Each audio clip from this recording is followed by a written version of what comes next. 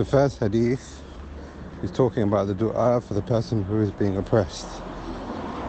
And the Messenger of Allah sallallahu Bukhari and Muslim, in the hadith of Anas, he says to Mu'adh bin Jabal, وَاتَّقُوا دَعْوَةُ الْمَظْلُومِ.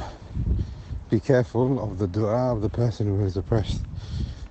فإن ليس بينه وبين الله hijab. There is no barrier between this person and Allah, meaning this person's dua is going to be accepted. Mu'adh bin Jabal was sent to a group of non-Muslims, they were people of the book, and despite that he says, fear the dua of the one who is being oppressed. So with this, the ulama have said, anyone who is oppressed, Muslim or non-Muslim alike.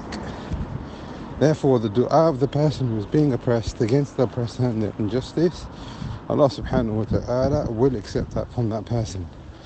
Whether it is right away, or whether it's after some time, or whether Allah subhanahu wa ta'ala will make apparent His justice in the akhirah. But the dua is going to be accepted. How do we combine that with the other hadith, with the Messenger of Allah sallallahu alaihi wasallam, where he said, if you make dua for your brother in the dhahri ghaib, he's not around, إِلَّا أَنزَلَهُ مَلَكٍ, except that Allah subhanahu wa ta'ala sends down an angel and he says Ameen wa laka mithl. And every time you make dua he says Ameen. What this basically means, and may you get the same, what this basically means is that you're making dua of goodness for someone else, not in their presence. So there are two separate things, two separate scenarios here completely. One person is being oppressed and the other one is making dua of goodness in the absence of his brother. With this, the ulama have got a discussion. The person who is being oppressed, is it better for him to be patient, or is it better for him to make dua? And the ulama have said, whatever is better for the general good. So if you know that you're going to be patient, and that's going to bring out a greater good, then that's fine. You can bear it with patience, and you know that relief is close. But if you know, because Allah subhanahu wa ta'ala encourages pardoning, وَمَنْ عَفَا وَأَصْلَحَ فَإِنَّ أَجْرَهُ عَلَى اللَّهِ. The one who pardons and brings about betterment through that pardoning, that person's reward will be with Allah subhanahu wa ta'ala. Okay, but what if you fear that this person's oppression is not going to come to an end and they're going to oppress even more? In that scenario, it becomes permissible, or maybe even recommended, or maybe even wajib, for them then to supplicate against the oppressor. Now here, this is something really important, and I feel a lot of people are negligent on. When you make dua against the oppressor and the oppression, number one, you should do it in general terms. You shouldn't do it in specific terms.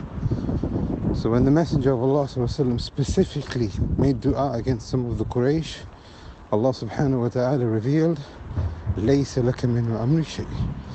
You've got nothing in that affair to say, oh Allah, curse such and such, and curse such and such. Because these people later were guided. Therefore, the ulama have said, when you are making dua against the oppressor, make the dua in general terms. Oh Allah, save me from the one that's oppressing me. Oh Allah, remove the oppression of the oppressor. Oh Allah, etc., etc. If the person wants to make dua in specific terms, because the Messenger of Allah ﷺ in other ahadith made dua against people in specific terms, Allah subhanahu wa ta'ala didn't rebuke him in that. So then how do we reconcile? The ulama have said the Messenger of Allah ﷺ made dua against the oppressor in specific terms, as in mentioning it by name, when he knew that these people were not going to be guided. And that becomes now permissible for you to now mention that person's name.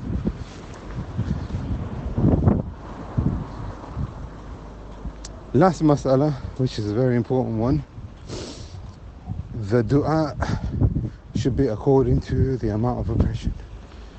If you transgress, then you're transgressing against them, and that's the last thing you want. So the dua that you make should be in accordance with the amount of passion that you are suffering from or you are receiving.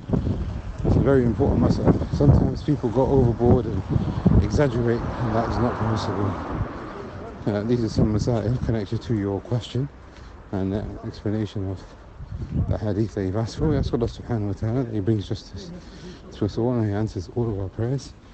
Wallahu a'lam.